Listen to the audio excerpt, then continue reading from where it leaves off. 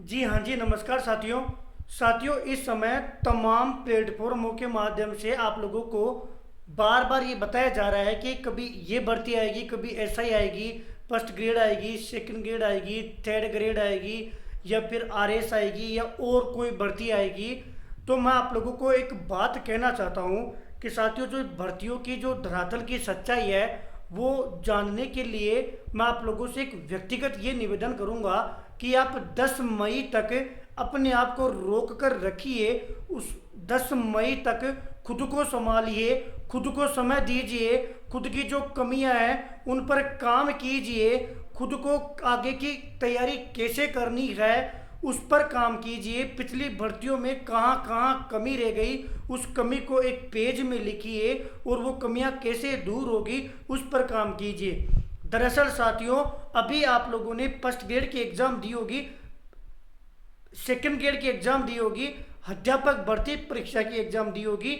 इनमें आपका नंबर आ रहा है या नहीं आ रहा, ये 10 मई से पहले पहले प्रत्येक साथी को ये पता पड़ जाएगा कि उसका नंबर आ रहा है कि नहीं आ रहा। साथ में 10 मई से पहले पहले आप लोगों के सामने ये 1 लाख जो नई भर्तियां हैं उनका भी वर्गीकरण आपके सामने होगा, और कौन कौन सी विज्ञप्ति कब आने वाली है और किस विज्ञप्ति की, किस भर्ती की एक संभावित परीक्षा कौन से माह में होने वाली है, ये भी आप लोग भली बात ही जान पाओगे। उसके बाद में जो आपकी कमियां हैं, कौन से सब्जेक्ट आपसे पढ़ी नहीं जाती या कौन सी सब्जेक्ट आपसे सही तैयार नहीं हो पाएगी, किस भर्ती का क्या सिलेबस रहने वाला है, उसके अकॉर्डिंग, अपने मानसिक स्तर के अकॉर्डिंग, अपनी परिस्थितियों के अकॉर्डिंग और अपने समय के अनुकूल आप उस भर्ती का चयन करें और फिर उसी भर्ती की तैयारी करें। अभी अगर आप ये निर्णय ले पाते हो तो मेरे हिसाब से जल्दबाजी होगी।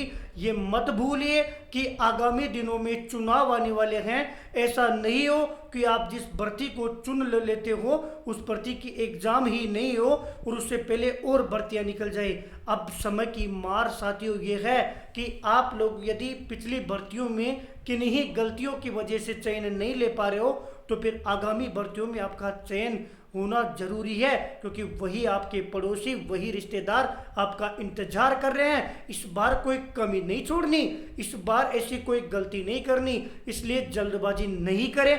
फिर भैया क्या आपने तो 10 मई से पहले पहले क्या बोल दिया, तो 1 महीना हम क्या करें। साथियों, इस 1 महीने में कुछ चीज़ें कॉमन होती है, कुछ चीज़ें ऐसी होती है जो हर भर्ती में आती है। आप अपना सब्जेक्ट पढ़िए, आपको जो अच्छा लगता है उस विषय को पढ़िए, उस विषय को स्ट्रॉन्ग कर लीजिए। जो आपको पहले से आता है उसको और ज़्यादा मजबूत कर लीजिए, ताकि 1-2 विषय आपका इतना स्ट्रॉन्ग हो जाए कि भविष्य में कभी जॉब नहीं भी लगे तो उस विषय के पीछे आप लोग कहीं टीचिंग करवा सको या कोई ना कोई जॉब कर सको। ये मानकर इस 1 महीने जब तक आपने पुरानी एग्जाम दी है उसकी कट ऑफ नहीं आ जाती तो भी आपको पढ़ना है, और जो विषय आपको अच्छी तरीके से आती है उस विषय का इस समय अध्ययन कीजिए।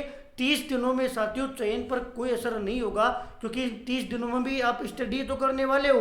बाकी मैंने हर बार आप लोगों के साथ सच्चाई के साथ रूबरू हुआ हूँ, इसलिए मैं एक बार पुनः निवेदन करूँगा, कौन सी भर्ती किस तारीख को आने वाली है और उसकी विज्ञप्ति कब जारी होगी, कब उसकी एग्ज़ाम होगी, इसके लिए आपको किस भर्ती की तैयारी करनी चाहिए। तो मेरा व्यक्तिगत मानना यह है कि आप 20-25 दिन इंतजार कीजिए और सेल्फ स्टडी कीजिए। इन दिनों आपको जो अच्छा लगता है ना उस विषय को पढ़िए, और किसी टीचर से पढ़ना है तो यूट्यूब के माध्यम से आप रीड कर लीजिए, लेकिन कहीं भी अपने आप को बाउंड नहीं करें, क्योंकि सभी ही साथियों एक मध्यम फैमिली से आते हैं तो बाद में दुख होता है कि भैया हमने तो एसआई का कोर्स ले लिया और एसआई की भर्ती का अता पता ही नहीं है, हमने तो भैया फलानी भर्ती का कोर्स ले लिया और उसका अता पता ही नहीं है, अब उसके बीच में तैयारी थोड़ी छोड़े, फिर हम तो उसी भर्ती की तैयारी करेंगे और ऐसा नहीं हो फिर बीच में बाकी भर्तियां निकल जाए। ठीक उसी प्रकार जिस प्रकार अभी पिछली अध्यापक भर्ती परीक्षा की जो साथी तैयारी कर रहे थे उस तैयारी में वो इतने विलीन हो गए थे कि बीच में पटवारी निकल गई वीडियो निकल गया, राजस्थान पुलिस निकल गई, संगणक निकल गई, ऐसी तमाम भर्तियां जो बीच में निकल गई और अध्यापक भर्ती परीक्षा की तैयारी करने वाले साथियों ने उन भर्तियों को दरकिनार कर दिया। अब इस भर्ती में किसी कारणवश चयन नहीं हो रहा और आप पीछे देखोगे तो कहीं ना कहीं अतीत आपको दुख देगा।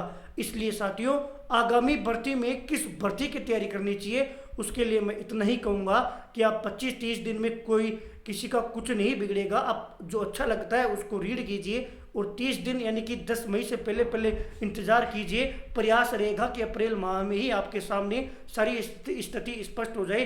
फिर भी साथियों 10 मई तक आप इंतज़ार कीजिए, सारी भर्तियों की विज्ञप्ति आपको सामने होगी। विज्ञप्ति कहीं भर्तियां ऐसी होगी जिनकी विज्ञप्ति और एग्जाम डेट सामने होगी, कहीं भर्तियां ऐसी होगी जिनकी संभावित विज्ञप्ति तिथि और डेट सामने होगी। लेकिन यह है कि पूरा जो आगामी 6-7 महीनों का कैलेंडर है वो आपके दिमाग में स्पष्ट और क्लियर हो जाएगा।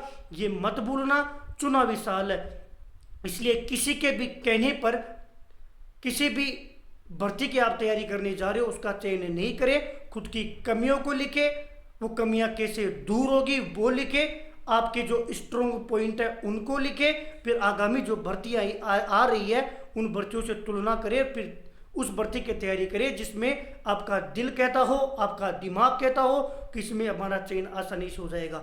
धन्यवाद साथियों। सबसे बड़ा सवाल था कि भैया किस भर्ती की तैयारी करें, हमें क्या करना चाहिए, उसका साथियों मैंने अपने व्यक्तिगत जो मेरा जो मानना है वो मैंने आप लोगों के बीच में शेयर किया है। धन्यवाद।